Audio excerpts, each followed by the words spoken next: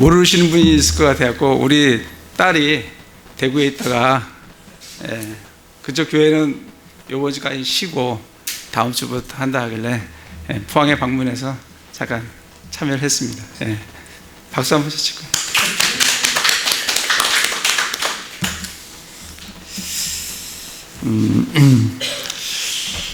우리 지금 디모데 전서를 지금 계속 하고 있습니다. 그래서 처음 오신 분도 계셔서 잠깐 디모데 전서 전체를 간단하게 보면, 디모데 전서는 1장이 교회와 그리고 교리에 관한 겁니다.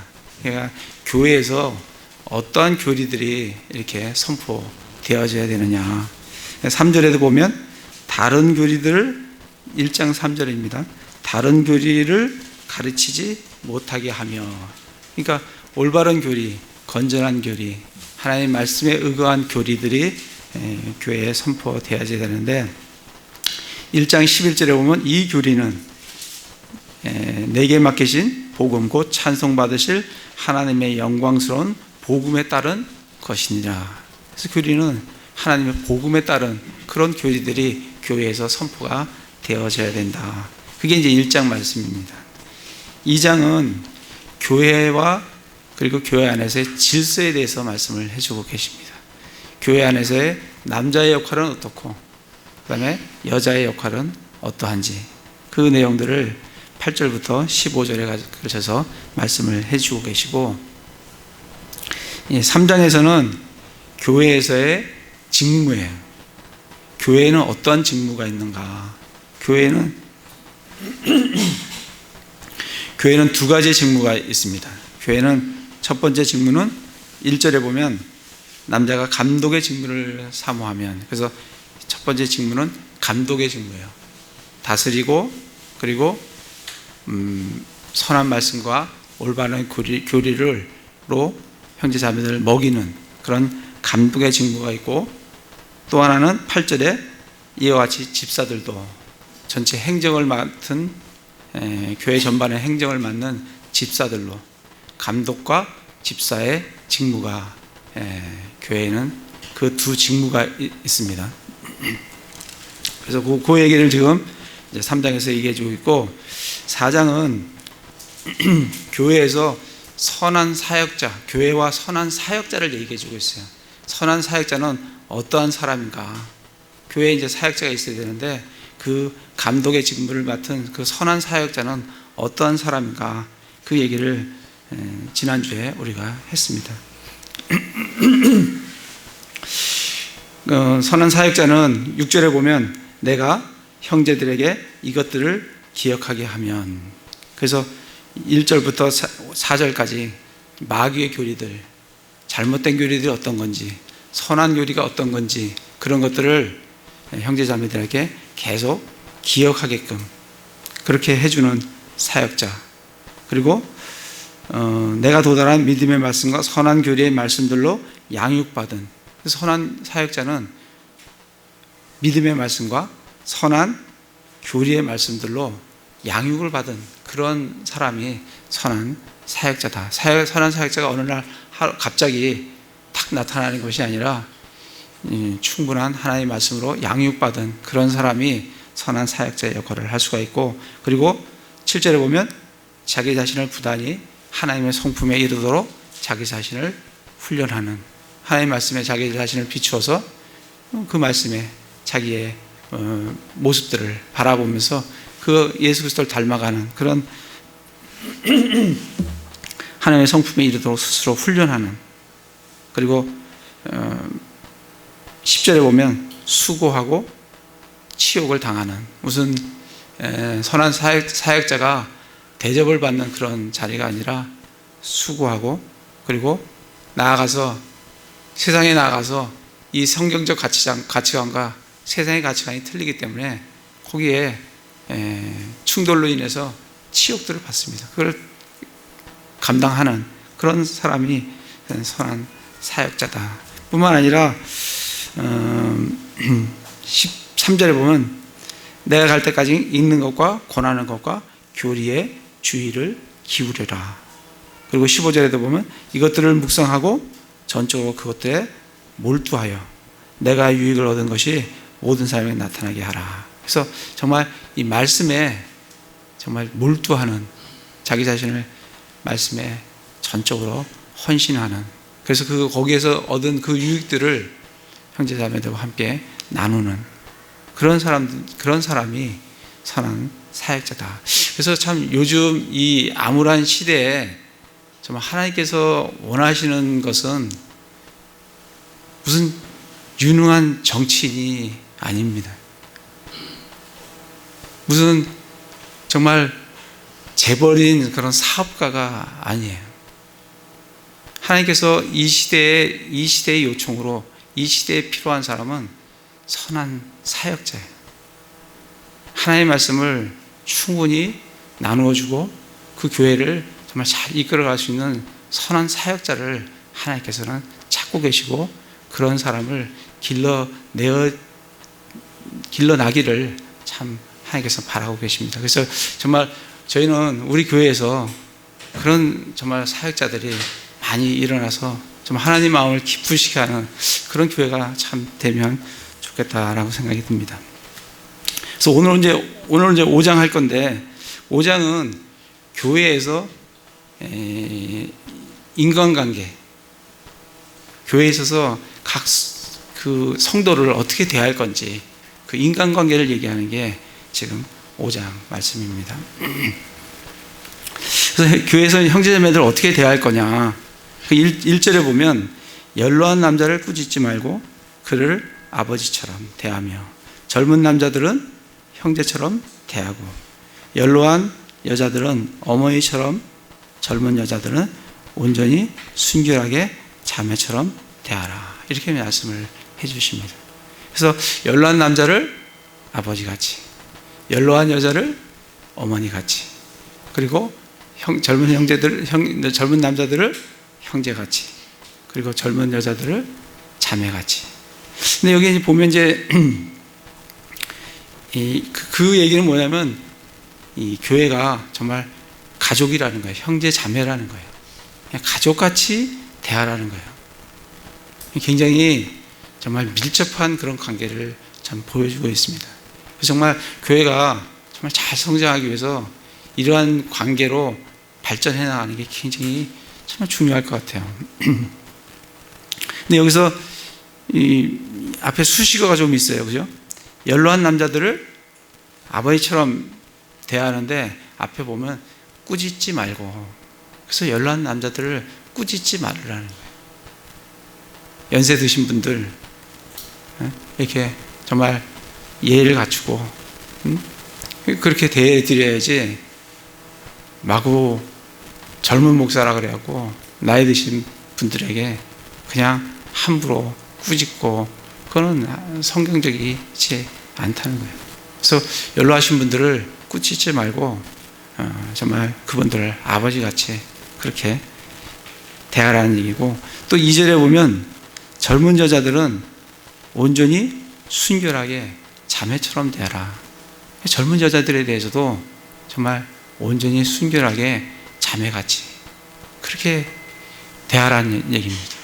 이걸 지금 잘 못해서 교회에 이 목사들이 정말 그런 성적 그런 스캔들에 빠지는 예가 굉장히 많습니다.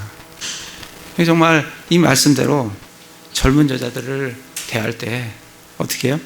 온전히 순결하게 자매처럼 그렇게 대하라는 얘기예요. 그리고 뿐만 아니라 3절에 보면 참 가부인 가부들을 존경하라. 가부를 불쌍히 여기는 게 아니고 참 가부를 존경하라는 거예요. 그렇게 이제 말씀을 해주고 계십니다. 그래서 연로한 남자를 이제 꾸짖지 말라고 했는데, 근데 뒤에 가면 20절을 한번 보시겠습니까? 5장 20절에 보면 죄 짓는 자들을 모든 사람 앞에서 꾸짖어 다른 사람들로 두려워하게 하라라고 말씀을 하세요. 그러니까 죄에 대해서는 꾸짖어야 돼요. 죄가 아닌 그런 다른 것들에 대해서 허물이나 여러 가지 다른 어떤 서로가 다른 그런 것들에 대해서는 우리가 꾸짖을 수 없지만 죄에 대해서는 분명하게 꾸짖음을 해야 됩니다. 그래서 교회에서 징계를 해야 돼요. 그래서 꾸짖음에 대해서 그렇게 이제 말씀을 해주고 계시는데 3절에 보면 참 과부인 과부를 존경하라. 근데 이 참 과부가 어떠한 사람이 참 과부인가? 거기 5절에 보면 이 과부에 대한 참 과부에 대한 정의가 나와 있어요. 5장 5절에 보면 이제 참 과부인 여자로서 외로운 자는 하나님을 신뢰하고 계속해서 밤낮으로 간구하며 기도하거니와. 이 참 과부의 정의가 뭐냐면 홀로 사시는 거죠. 홀로 사시는데 외로운 사람인데 그러나 그가 하나님을 신뢰하고 계속해서 밤낮으로 간구하며 기도하거니와. 이러한 사람이 참 과부라는 거예요. 그러니까 홀로 있으면서 그냥 그 신세만 한탄하시는 것이 아니라 그러한 상황 가운데서 하나님을 의뢰하고 하나님께 기도하고 하나님을 바라보는 그런 사람이 이 참 과부라는 거예요. 참 이때 당시에 이 과부는 대단히 어렵습니다. 요즘은 진짜 우리나라 같은 경우에 정말 복지도 잘 돼 있고 하기 때문에 그렇게 어렵지 않지만 이 시대에 이 과부는 살 길이 막막해요. 과부들이 선택할 수 있는 길은 뭐냐면 다시 결혼해서 남편의 도움을 받는 거예요. 그렇지 않으면 노예로 팔려가거나 아니면 또 다른 어떤 정말 잘못된 그런 죄들을 범하는 그런 것으로 그게 대부분이 선택의 길이 많이 없어요. 그렇기 때문에 참 이 과부들은 정말 힘든 그런 상황이에요. 사실 우리나라도 얼마 전까지만 해도 보면 정말 과부들이 살기가 참 쉽지 않습니다. 저희 어머니도 남편을 일찍 돌아가셨기 때문에 일찍 과부가 되셨어요. 저희 아버님은 제가 2살 때 집을 나가셨어요. 저희 어머니가 저를 43살에 낳으셨는데 그러니까 이제 우리 어머니가 45살 때 우리 남편이 이제 집을 나간 거죠. 그래가지고 45세 때부터 우리 누나가 저보다 5살 많은데 7살, 2살 된 이 남매를 우리 어머니가 이제 키우시는 거예요. 남편은 도움이 안 돼. 가서 뭐 생계를 뭐 이렇게 하시는 것도 아니고 집에서 그냥 신문이나 뒤적뒤적하고 그런 소리를 제가 많이 들었어요. 그럼 또 나가서 있다가 언제 돌아가셨냐면 제가 11살 때 우리 아버님 돌아가셨으니까 9년 동안 밖에 있다가 어느 날 그냥 사망했습니다. 이런 통지를 받는 거죠.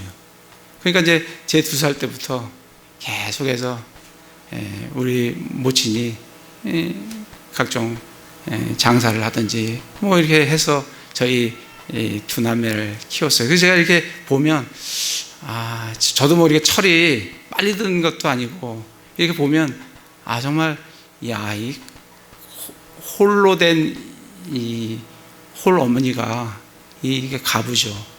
정말 자녀들을 키우는 게 얼마나 힘든 일인가.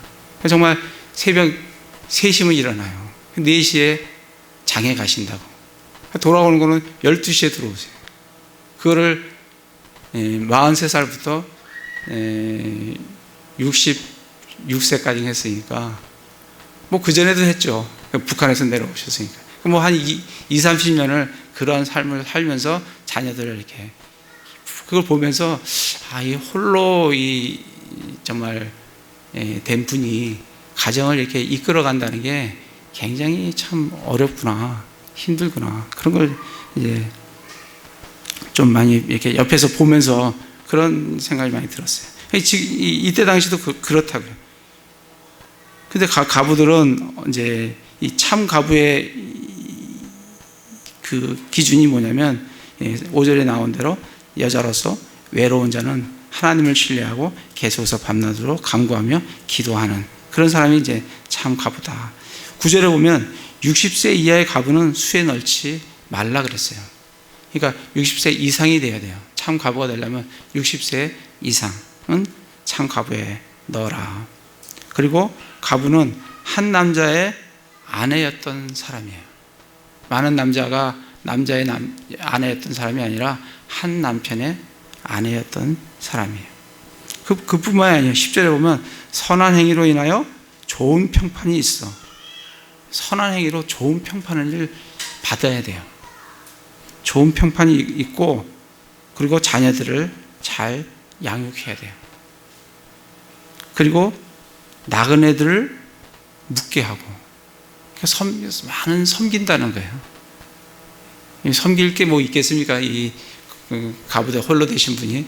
그러나 그렇다는 거예요. 나그네를 묻게 하고 성도들의 발을 씻어주고, 그리고 고난받는 자들을 구제하며 자기의 또 재물들을 내서 고난받는 자들을 또 구제하는 거예요. 혹은 모든 선한 일을 부지런히 따르는 자라야 하리라. 이게 참 과부의 정의예요. 어떻게 보면 참 과부가 되는 것도 참 쉽지가 않습니다. 그런 사람을 성경에서는 참 과부라고 말씀을 해주고 있습니다. 그래서 이 참 과부의 어떤 모델을 보면, 우리 누가복음 한번 가볼까요? 누가복음 2장에 보시면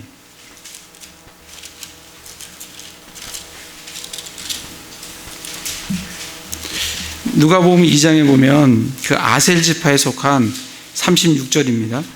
아셀 지파에 속한 바누엘의 딸 안나라는 사람이 나와요. 여대언자인데 36절에 그녀는 나이가 매우 많더라.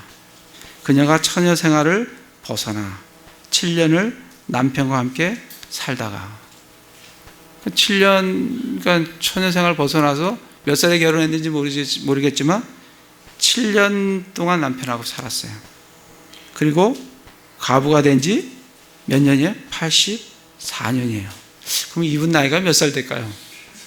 84에다가 7을 더하면 91세에다가 결혼을 15세 했다 하더라도 104살이에요. 104살. 그죠? 우리가 15세 했는지 더 빨리 했는지. 우리 모친도 16살에 결혼했으니까 아마 15살에 결혼을 옛날에 했을 거예요. 아마 15살 결혼했더라도 104살이라고. 근데 그녀가 성전을 떠나지 아니하고 밤낮으로 금식하고 기도하며 하나님을 섬기더라. 그런 삶을 살았어요. 그러면서 38절에 보면 마침 그때에 그녀가 나와 마찬가지로 주께 감사드리고 예루살렘에서 구속을 기다리던 모든 사람에게 이 아이에 대하여 말하니라. 그러니까 예루살렘에서 지금 뭘 기다려요? 구원자, 구속자이신 메시아를 기다린다고요.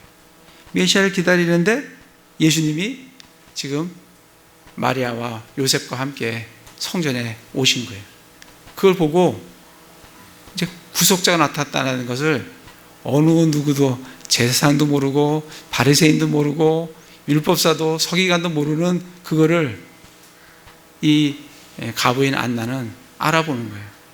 알아보고 구속을 기다리던 모든 사람에게 이 아이에 대해서, 이가 구속자다, 이 예수님이 우리가 구원하던, 고대하던 그 구속자요 구원자다 라고 이렇게 알아볼 수 있는 그런 사람이 누구냐면 안나예요.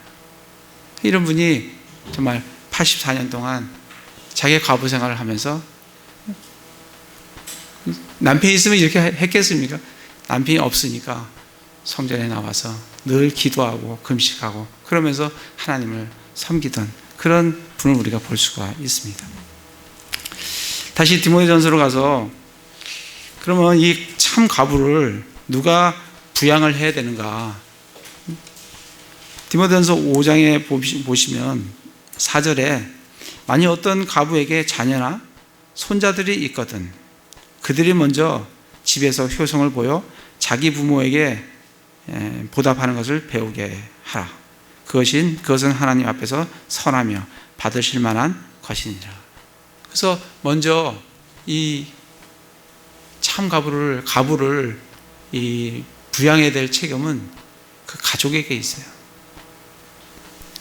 자녀와 손자, 손녀, 그들이 누굴 부양해야 된다고? 자기 가부된 자기 부모들을 부양을 해야 된다고. 그래서 그것을 배우게 하고 그렇게 하라는 거예요.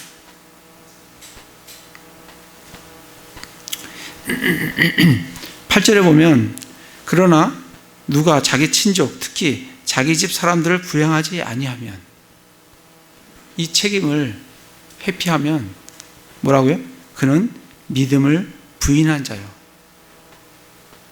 불신자보다 나쁜 자니라. 이렇게 말씀을 해 주십니다. 그래서 연로한 그런 부모들을 모시고 있으신 분들은 잘 봉양을 해야 돼요. 부양을 해야 돼요.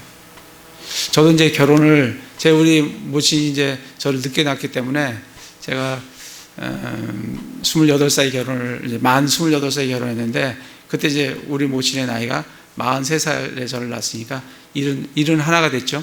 네, 71 때 제가 결혼을 했어요. 근데 이제 성경에 보면 창세기 3장 24절에 보면 남자가 아버지와 어머니를 떠나 아내와 연합하여 둘이 한 육체가 될지라, 이렇게 말씀을 해 주세요. 그래서 정말 결혼의 원리는 결혼하면 부모를 떠나는 게 원리입니다.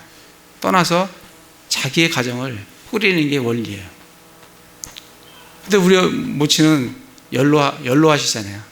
71살이라 또 워낙 일을 많이 하셔가지고 좀 허리가 약간 이렇게 좀 굽으셨어요. 그래서 이제 제가 이제 직장을 잡으면서 이제 우리 모친은 이제 일을 안 하게 되셨는데, 그래서 저는 이제 뭐 그때 당시에 결혼을 하면 같이 사는 건지 따로 사는 건지 사실 성경적 지식이 없기 때문에 잘 몰랐어요. 근데 이제 먼저 성경에 대한 아시는 분들이 이걸 같이 살아야 되는 거냐 아니면 떨어져 살아야 되는 거냐, 이거에 대해서 많이 서로 얘기가 좀 됐었어요. 그래서 저는 사실 성경적 확신도 잘 없고 모르기 때문에, 근데 이제 성경에는 창세기 보면 남자가 부모를 떠나서 아내와 연합하여 둘이 한 육체가, 그 말씀도 있고, 또 이 말씀에 보면 뭐라 되어 있어요? 연로한 부모를 잘 모시라는 말씀도 있고. 그래서 이제 결론적으로 베드로전서에 보면 믿음의 덕의 지식을, 이 말씀이 있어요. 그래서 연로하기 때문에 우리가 떠나는 게 마땅하지만 또 연로한 어머니를 두고 떠나서 가정을 꾸리는 게 덕스럽지가 않다.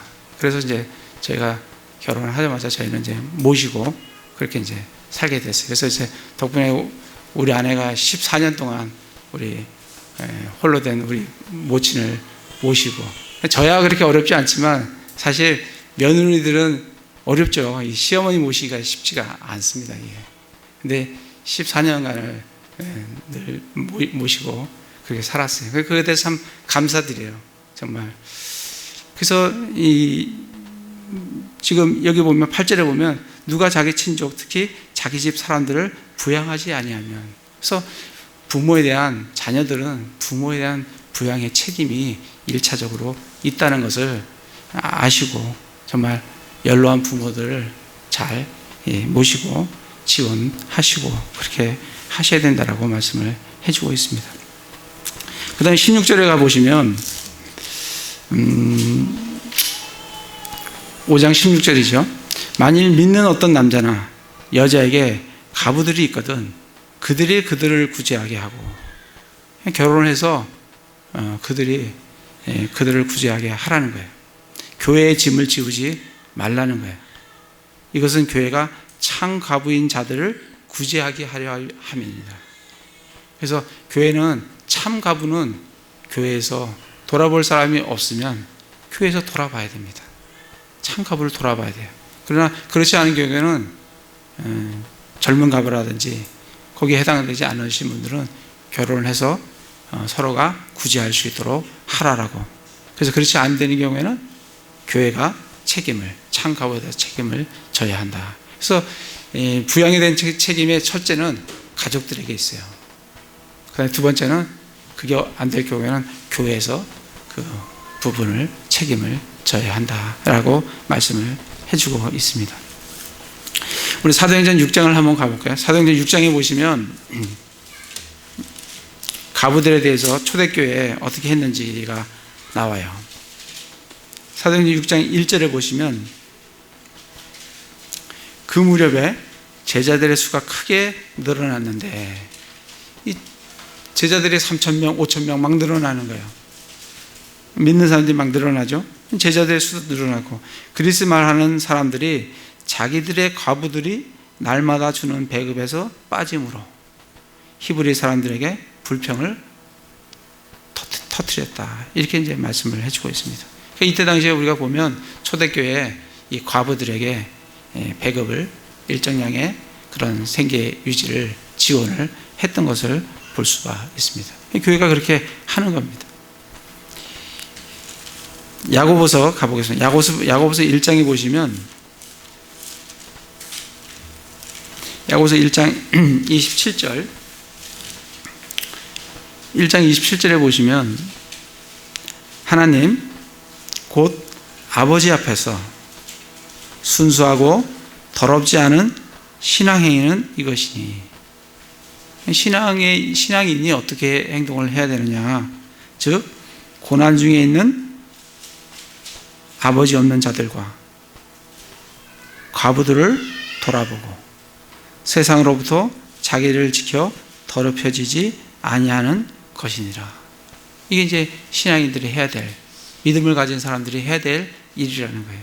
그러니까 뭐예요? 고난 중에 있는 아버지 없는 자들, 그리고 과부들을 돌아보도록, 그리고 세상으로부터 자기를 지켜 더럽히지 않게 되도록, 그걸 해야 된다는 거예요. 이 구약에도 보면, 우리 신명기 한번 가보겠습니다. 신명기 보면 이 과부들에 대한 얘기들을 많이 적고 있어요. 그래서 고아들과 과부들에 대해서 하나님께서는 어느 정도 수준으로 지금 얘기를 하고 계시냐면 레위인 수준으로 얘기를 하고 있어요. 레위인을 돌보듯이 그들을 돌봐야 된다라고 말씀을 해주고 계세요. 24장, 신명기 24장입니다. 24장 19절에서 21절을 잠깐 보겠습니다. 19절에 보시면 내가 내 밭에서 수확물을 벨 때에 곡식단 하나를 밭에서 잊어버렸거든 다시 가서 그것을 가져오지 말라. 그것은 나그네와 아버지 없는 자와 과부를 위한 것이 되리라. 그리하면 주 내 하나님께서 내 손의 모든 일에서 내게 복을 주시리라. 곡식단을 한 10단 걷어들였는데 집에 와서 보니까 9단밖에 안 갖고 왔어요. 그럼 그 한 단 잃어버렸다고 해서 가지 말라는 거예요. 그건 누구의 몫이에요? 여기 보시면 누구의 몫이에요? 나그네와 아버지 없는 자와 과부를 위한 것이 된다는 거예요. 20절에 보면 내가 내 올리브 나무를 떤 뒤에 그 가지를 다시 살피러 가지 말라. 그것은 나그네와 아버지 없는 자와 과부를 위한 것이 되리라. 이 올리브 나무를 떤다는 게 뭐냐면, 이제 우리는 올리브 나무가 없지만은 이 과실수 있잖아요. 과실수들 이렇게 과일을 다 따지 않습니까? 근데 높이 있는 거는 따기가 어렵다고 해요. 뭐 사다리를 놓고 가도 사실 높은 거는 따기가 어려워요. 그러면 어떻게 하냐면 흔듭니다. 막 흔들면 두두둑 떨어지죠. 그죠? 그러면 그거 죽고. 그런데 떤 뒤에, 여기서 보면 내 올리나무를 떤 뒤에 그 가지를 다시 살피러 가지 마라. 뭐 안 떨어진 게 더 있나 하고 이렇게 살펴보고 그거마저 떨라고 그렇게 떨지 말라는 거예요. 한번 떨고 그 다음에 나머지 거는 누구 거라고요? 그것은 나그네와 아버지 없는 자와 과부를 위한 것이 되리라. 남겨두라는 거예요. 누가 와서 그를 따서 먹든. 21절에 보면 내가 내 포도원의 포도를 거둔 뒤에 나중에 그 남은 것을 주어 모으지 말라. 그것은 나그네와 아버지 없는 자와 과부를 위한 것이 되리라. 이 지금 아버지 없는 자, 과부, 나그네, 이거를 굉장히 성경에서는 구약시대에 이들을 굉장히 보호하는 걸 참 볼 수가 있습니다. 신명기 14장 그 앞으로 가서 14장에 한번 보시면 이제 11조 원리가 나와요. 14장 22절에 보시면은 11조 원리가 나오는데, 11조에는 구약시대의 11조는 한 종류만 있는 게 아니에요. 종류가 11조 종류가 많습니다. 우리 신약시대는 11조를 안 하지만 구약에는 11조의 종류가 많아요. 14장 22절에 보면 너는 해마다 밭에서 나는 내 씨의 모든 소출에서 진실하게 11조를 드릴 것이며, 이거는 하나님께 드리는 거예요. 10의 1조는 하나님께, 이건 하나님 거예요. 그래서 그게 누구한테 가요? 레위인한테 갑니다. 그래서 레위인은 그걸 받아서 자기도 거기 소득에 또 10분의 1을 하나님께 드리고, 그렇게 이제 레위인들이 그걸 가지고 자기 생계를 이어갑니다. 23절에 보면 주 내 하나님 앞에서 곧 그분께서 자신의 이름을 두시려고 택하신 곳에서 내 곡식과 포도즙과 기름의 11조를 먹고, 다른 11조가 있는데 뭐냐면 먹는 11조예요. 이거는 11조를 내 가지고 뭘 사요? 또 내 소떼와 양과 염소의 처음 난 것을 먹으며 이로써 주 내 하나님을 두려워하기를 항상 배울 것이니라. 26절에 보면 내 혼이 원하는 것이 무엇이든지 그 돈으로 사되 소나 양이나 포도즙이나 독주나 내 혼이 바라는 것은 무엇이든지 사고 거기서 주 내 하나님 앞에서 내가 먹고 너와 내 집이 기뻐할지니라. 11조를 하나님께 드리는 11조 말고 11조를 또 다시 만들어서 그 다음에 그걸 가지고 먹을 걸 풍성히 사라는 거예요. 사서 같이 가족들이 모여서 함께 풍성하게 먹고 싶은 거, 사고 싶은 거, 그래서 같이 기쁨을 나누라는 거예요. 그래서 하나님이 어떤 분이신지 두려워하기를 배우고 기쁨을 나누라는 얘기예요. 그러면서 27절에 보면 내 성문 안에 있는 레위 사람은 너와 함께 나누는 몫이나 상속세 자산이 없으니 너는 그를 저버리지 말지니라. 그때 먹을 때 누구를 초청하냐면 레위인을 초청을 해요. 그래서 함께 먹습니다. 이게 두 번째 11조예요. 그 다음에 세 번째 11조가 있어요. 28절에 보면 너는 3년이 끝날 때 바로 그 해에 거둔 내 소출의 모든 11조를 가져다가, 이건 3년마다 다시 또 11조를 또 뗍니다. 자기 삶. 그러니까 구약시대 사람들은 몇 퍼센트를 띄었어요? 10, 3년마다 또 10이니까 33.3%가 되겠죠? 그러니까 23.3%를 하나님께 드리는 거예요. 구약시대는 그렇게 드렸어요. 10%는 하나님께 전적으로 드리고 나머지 10%는 사다가 가족들과 레인들과 같이 정말 잔치를 베풀고, 그 다음에 또 3년마다 10%는 이거 복지예요. 누구를 위해서 그렇게 해요? 거기 보시면 29절에 보면 너와 함께 나누는 몫이나 상속자 자산이 없는 레위 사람과 내 성문 안에 거하는 나그네와 아버지 없는 자와 가부가 와서 먹고 배부르게 할지니라. 이 3년마다 이 11조는 누구하고 같이 먹어요? 레위 사람들과 또 아비 없는 자들과 과부들과 그들을 채워주라는 거예요. 그게 3년마다 또 11조를 내서 하라는 거예요. 그래서 성경에 보면 굉장히 아비 없는 그 아이들 그리고 과부들, 그거를 또 누구와 함께? 레위인과 함께. 레위인은 소득이 없으니까 그렇게 그들을 풍성하게 채워주라고 그렇게 말씀을 해주고 있습니다. 다시 우리 디모데전서로 가서 5장에 보면, 그러면서 이제 젊은 과부들에 대한 경고를 주세요. 5장 6절에 보면 이 참과부는 그죠? 하나님을 신뢰하고 밤낮으로 하지만 그러나 그렇지 않은 사람도 있다는 거예요. 뭐예요? 6절에 보면 쾌락에 빠져 사는 자는, 여자는 살아있으나 죽었느니라.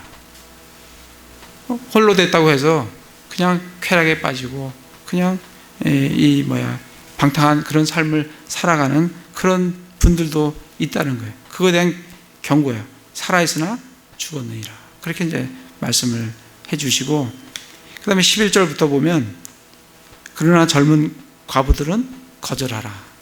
이 젊은 가부들은 거절하라는 얘기가 교회에서 이렇게 거절하라는 얘기가 아니고 그 참 가부의 숫자에 넣는 것을 거절하라는 거예요. 거기에는 들어오지 못한다는 거예요. 왜냐하면 60세 이상이 돼야 되니까. 그 얘기입니다. 젊은 가부들은 거절하라. 그들은 그리스도를 대적하여 방탕하기 시작할 때 결혼하리라. 이 말씀은 어느 순간이 되면 여자들이 이제 남편하고 사별을 했으니까, 가부가 됐으니까 홀로 돼서 그리고 이제 뭐 방탕하고 그런 삶을 사는 사람들 있고, 또 그렇지 않고 혼자 사는 게 힘들어요. 생계도 힘들고 여러 가지 힘들면 그냥 자기의 생계를 책임져 줄 수 있는 사람과 결혼을 한다고. 그렇게 결혼한다는 거예요. 사실은 신약시대의 결혼은 믿음 안에서 결혼을 하는 겁니다. 근데 믿음 안에서 결혼을 하지 않고 그냥 내 생계를 책임져 줄 수 있는 사람과 결혼한다는 거예요. 그 말이 지금 11절 말씀이에요. 그들은 그리스도를 대적하여 방탕하기 시작할 때 결혼하리라. 그들은 자기들의 처음 믿음을 내버렸으므로 정죄를 받느니라.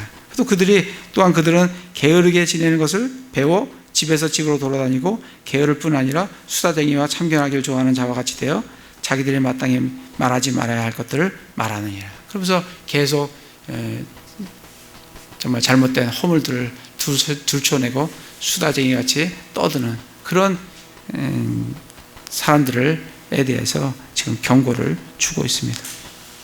그래서 14절에 보면 그러므로 나는 젊은 여자들이 결혼해서 자녀들을 낳고 가정을 꾸리며 비방할 기회를 대적에게 전혀 주지 말기를 원하노라. 요즘은 참 이 저도 이제 직장에서 이렇게 같이 얘기를 하다 보면 다른 직장 사람들하고 이제 요즘 젊은 여성들이 일을 많이 하시니까 제가 이렇게 물어봐요.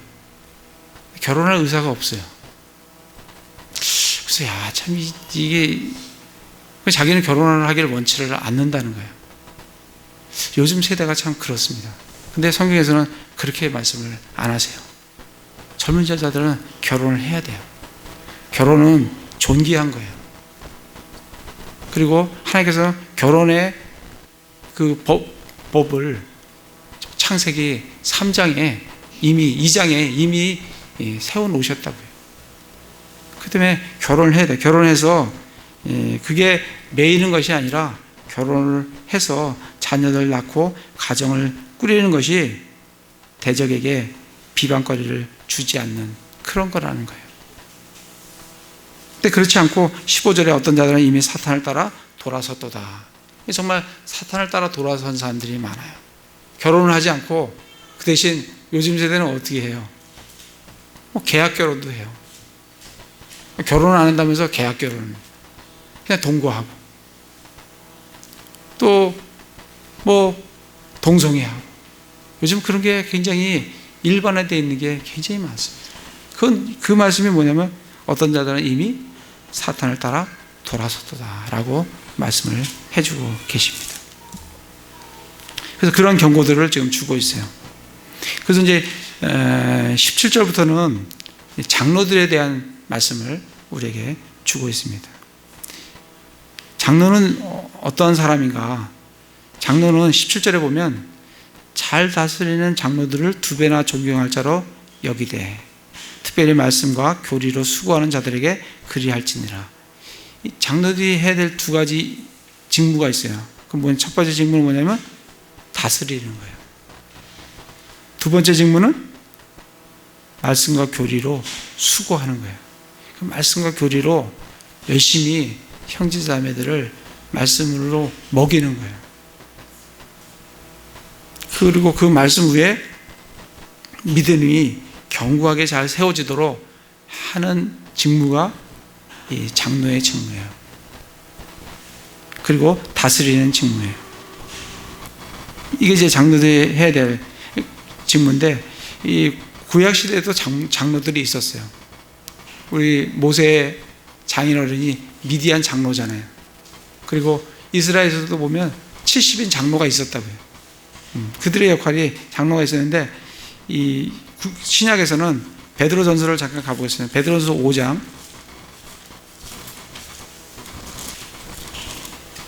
누가 장로냐면 5장 1절 2절을 보면 너희 가운데 있는 장로들에게 권면하노니, 베드로가 장로들에게 권면한다는 거예요. 지금 멀리 아시아에 흩어져 있는 이 교회에 지금 이 편지를 쓰면서 장로들에게 권면하노니 나 역시 장로요. 베드로가 자기가 장로라는 거예요. 나 역시 장로요. 그리스도 고난의 증인이요 또한 앞으로 나타날 영광에 참여할 자니라. 너희 가운데 있는 하나님의 양떼를 먹이고 감독하되. 그러니까 장로가 해야 될 일은 뭐냐면 양떼를 먹이고 감독하는 거예요. 아까 얘기한 거하고 비슷하죠. 그러니까 잘 다스리고 먹이는 거예요.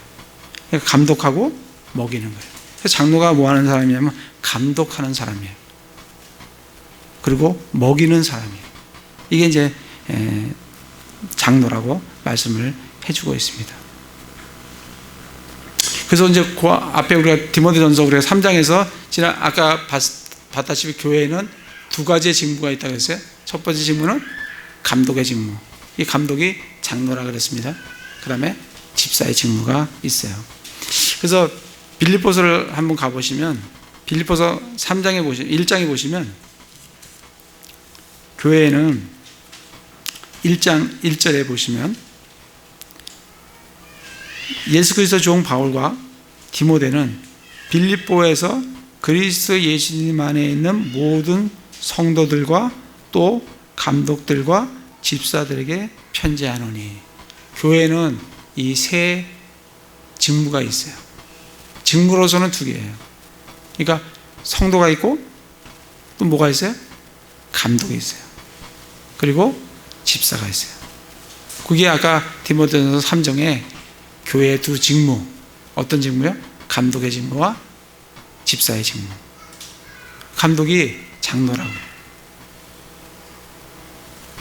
이 감독의 직무와 그 다음에 집사의 직무가 있어요. 근데 이 빌립보에서는 이걸 감독이라고 부르는데 에베소서에 보시면 사도행전을 가보겠습니다. 사도행전 20장에 보시면 에베소서에서는 이 감독을 뭐라고 부르냐면 장로라고 불러요. 에베소서 2장, 사도행전 20장 17절에 보면 사도 바울이 밀레도에서 에베소로 사람을 보내어 교회의 장로들을 불러요. 그래갖고 뭐라고 얘기하냐면 28절에 그러므로 너희 자신과 온 양떼의 주의를 기울여라. 성령님께서 너희를 그들의 감독자로 삼으사 하나님의 교회 곧 그분께서 자신의 피로 사신 교회를 먹이게 하셨느니라. 감독하고 먹이게 했다는 거예요. 그래서 그들을 뭐라고 불러요? 장로라고 불러요. 그래서 에베소에서는 이 사도 바울이 장로라고 부르고 빌립보에서는 뭐라고 불러요? 감독이라고 불러요. 그리고 디모데전서에서 직무를 얘기할 때는 감독이란 직무라고 얘기를 해요. 그래서 그게 같은 직무예요. 그래서 장로가 감독이고 감독이 목자예요. 목자가 목사를 지금 목사로 지금 얘기를 해주고 있습니다. 그래서 목자에 대해서는 베드로전서 2장을 한번 가보겠습니다. 베드로전서 2장에 보시면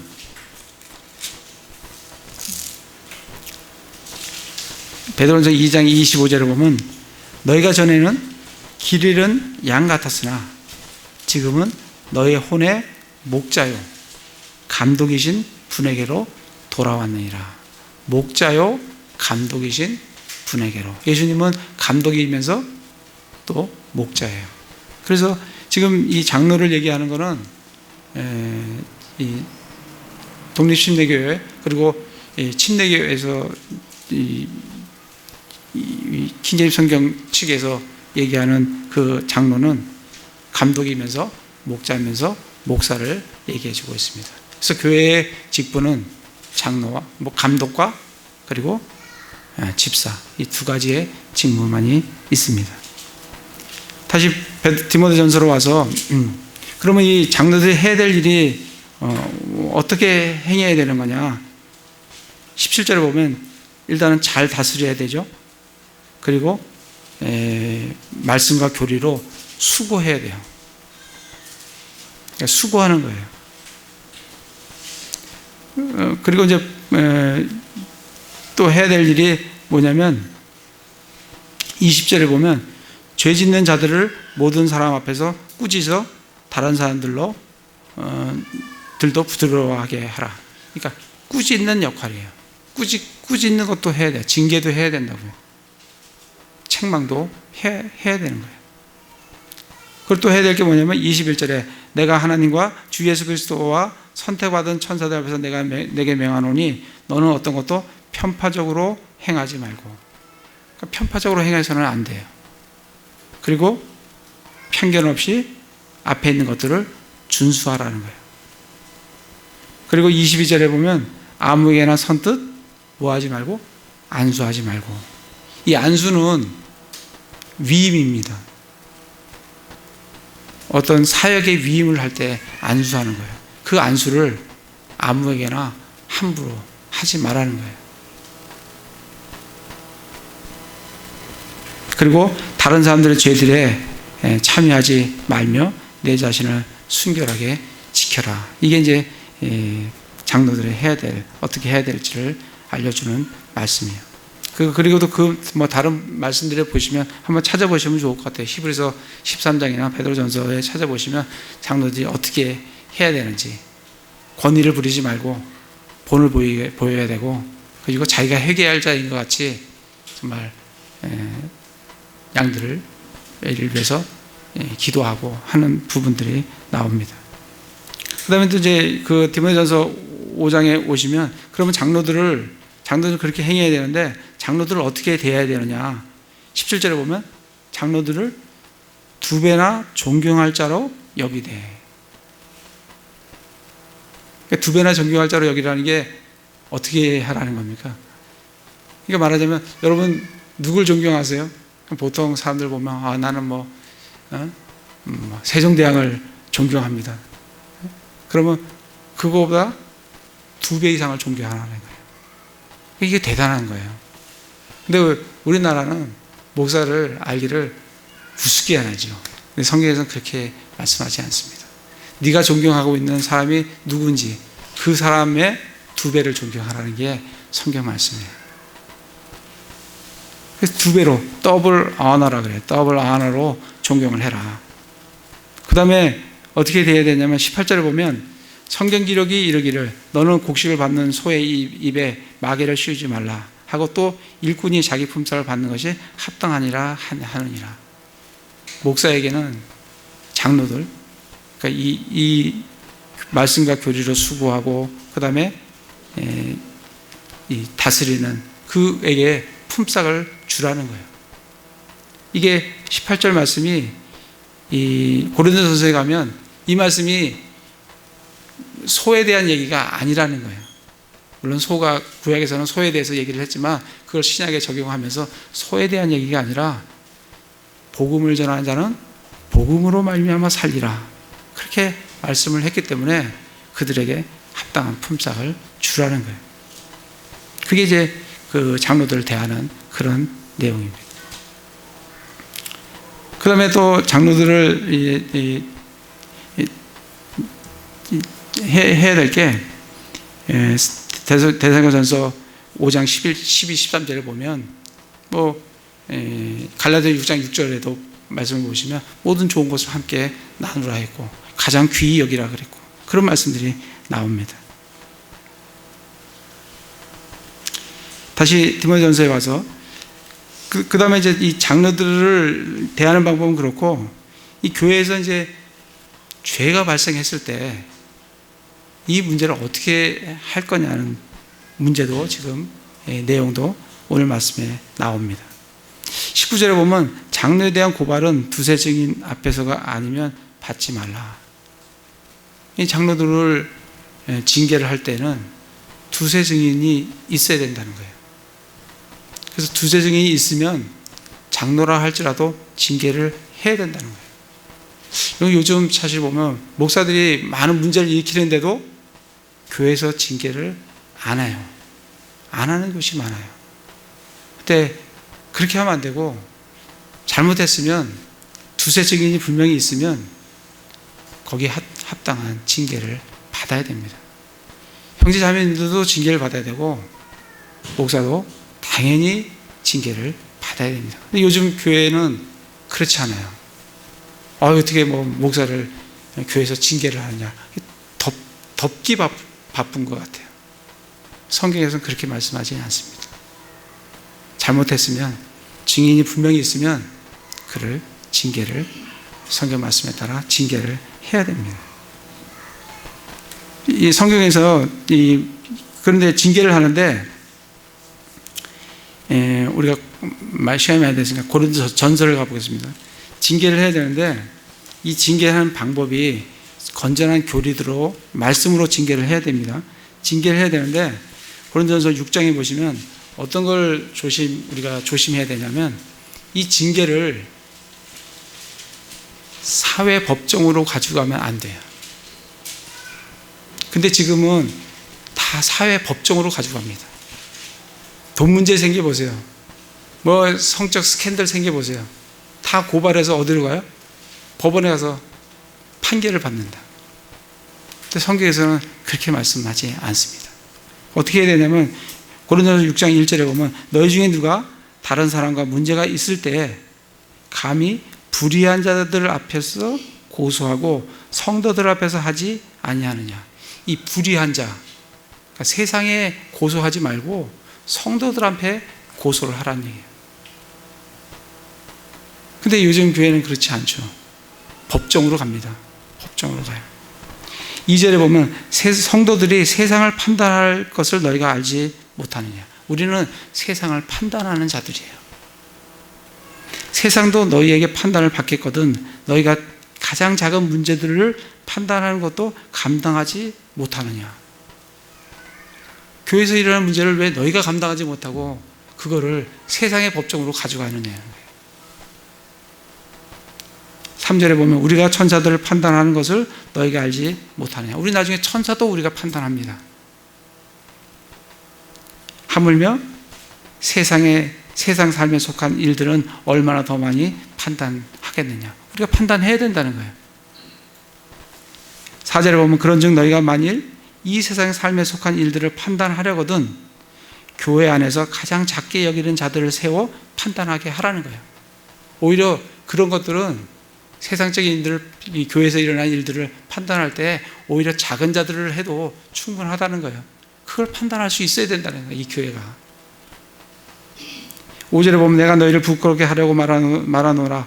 너희 가운데 지혜로운 사람이 하나도 없나니 그 말이 사실이냐. 그렇게 판단할 수 있는 사람이 아무도 없느냐 너희 교회에. 자기 형제들 사이에서 판단할 수 있는 자가 단 한 명도 없느냐. 오히려 형제가 형제를 고소하고 그것도 믿지 않는 자들 앞에서 하는도다. 이 고소를 하는데 누구 앞에 가서 해요? 세상 법정, 믿지 않는 세상 법정에 가서 한다는 거예요. 그렇게 하지 말라는 겁니다. 교회에서 일어난 일이면 교회에서 책임지고 징계하고 이를 다루라는 거예요. 7절에 보면 그러므로 이제 너희 가운데서 전적으로 허물이 있나니 이는 너희가 서로를 고소하기 때문이라. 어찌하여 너희가 차라리 부당한 일을 당하지 아니하느냐. 어찌하여 차라리 빼앗기지 아니하느냐. 아니 이게 세상 법정으로 가려고 하거든 부당한 일을 당하고 아예 포기하라는 거예요. 손해보라는 거예요.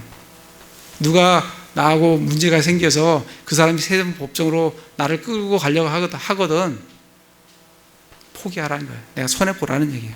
그게 낫다는 거예요. 불의한 자 앞에 가서 판단받지 말고 교회 내에서 그거를 판단을 하라고 지금 말씀을 해주고 있습니다. 그 말씀이 지금 이 고린도전서 말씀이에요. 그래서 정말 교회에서 문제가 생기면 우리는 그걸 다루어야 돼요. 다루어야 되는데 교회에서 다루라는 얘기예요. 그걸 세상 법정으로 가져가지 말라는 겁니다. 그렇게 하려면 우리가 판단할 수 있는 역량들을 갖춰야 돼요. 하나님 말씀 교리를 알아야 판단할 거 아닙니까? 뭐가 잘못했으면 교리에 뭐가 잘못됐는지, 어느 교리에 어떻게 부당한지를 우리가 알아야 돼요. 그러니까 교회 말씀을 우리가 정말 잘 섭취를 하셔야 됩니다. 그래야 우리가 형제 자매들을 또 장로들을 분명하게 판단하고 징계할 수가 있는 겁니다. 다시 디모데전서로 가서, 그 이제 마지막으로 24절, 25절은 어떤 사람들의 죄들은 미리 드러나 먼저 심판으로 가고, 어떤 사람들의 경우는 죄들이 그 뒤를 따르나니. 이 죄가 먼저 드러나는 것도 있고, 또 나중에 가면 뒤따와서 드러나는 게 있다는 거예요. 그러니까 그 얘기가 뭐냐면, 죄는 반드시 어떻게 드러난다는 거예요. 죄는 드러난다는 거예요. 그 말씀이 24절이에요. 25절은 또한 이와 같이 어떤 사람들의 선한 행위들도 먼저 밝히 드러나고, 그렇지 아니한 것들도 숨길 수 없느니라. 죄만 드러나는 것이 아니라 선한 행위도 드러나고, 또 나중에 가면 밝히 드러난다는 거예요. 그러니까 죄와 선한 행위, 이 모든 것이 언젠간 다 드러난다는 거예요. 우리가 예수 그리스도의 심판성 앞에 가면 우리의 모든 것이 다 드러나요.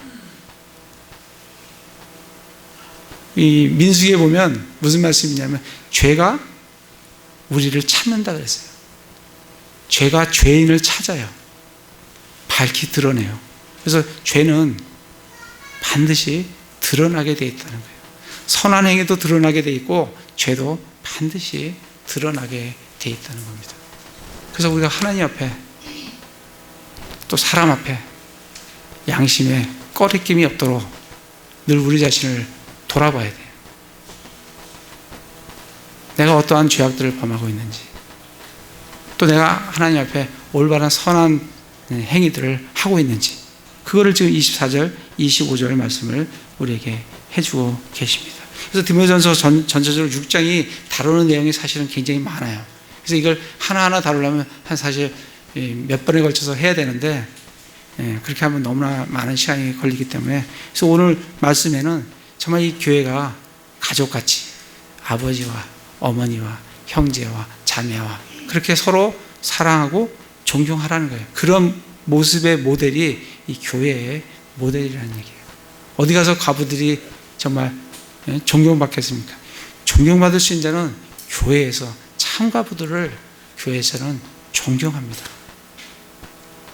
그래서 우리 교회가 그러한 정말 서로 사랑하고 덮어주고 서로 존경하는 그런 교회가 되었으면 좋겠습니다. 제가 기도하겠습니다.